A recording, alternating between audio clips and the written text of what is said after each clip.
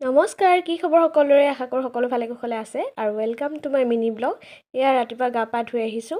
নানুৰ এটা নিয়ম কৰিবলগীয়া আছিলে। আচলতে তাৰ গাত কণী কণী গুটি নিচিনাকৈ উঠিছে আৰু খজুৱাই থাকে। সেয়েহে ভাবিলোঁ 3 দিনৰ দিনাখন তাকে অকল মাননি অকণমান দিম গোঁসাই ঘৰত।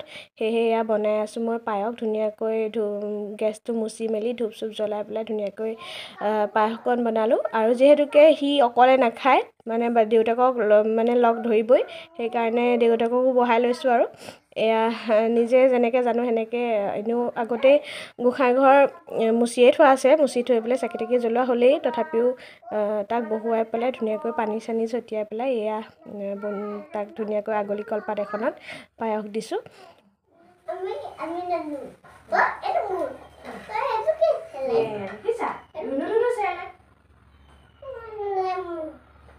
তাক আকৌ চেৰেলেক্স বুলি ক'লেহে খায়, আৰু সকলো বস্তুৱে তাৰ কাৰণে চেৰেলেক্স, মানে হওক কৰ্ণফ্লেক্সেই হওক বা অ'টছেই হওক বা পায়সেই হওক, যি হওক মানে পেলপেলীয়া নিচিনা বস্তুবোৰ তাৰ কাৰণে চেৰেলেক্স। সেইকাৰণে পায়সকণকো চেৰেলেক্স বুলি দিছোঁ তাক। পায়সকণ আগবঢ়াই পেলাই এয়া মই সেৱা কৰিছোঁ, যাতে তাৰ খজুৱতি গুটি যি হৈ আছে গাত সকলোখিনি ভাল হৈ যাওক। যিহেতুকে আমি অসমীয়াৰ নিয়ম মতে প্ৰথমতে নিয়ম কৰিব লাগে, তাৰপিছতে ডক্টৰৰ ওচৰত দেখুৱাব লাগে। আমিও সেইটোকে কৰিছোঁ। প্ৰথমতে মাননিকণ দি ল'লোঁ, তাৰপিছত ডক্টৰৰ ওচৰত মানে হোমিঅত দেখুৱাম।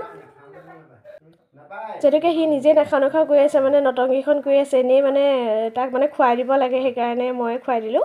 আৰু আজিৰ ভিডিঅ'টো ইমানেই আছিল। Bye bye.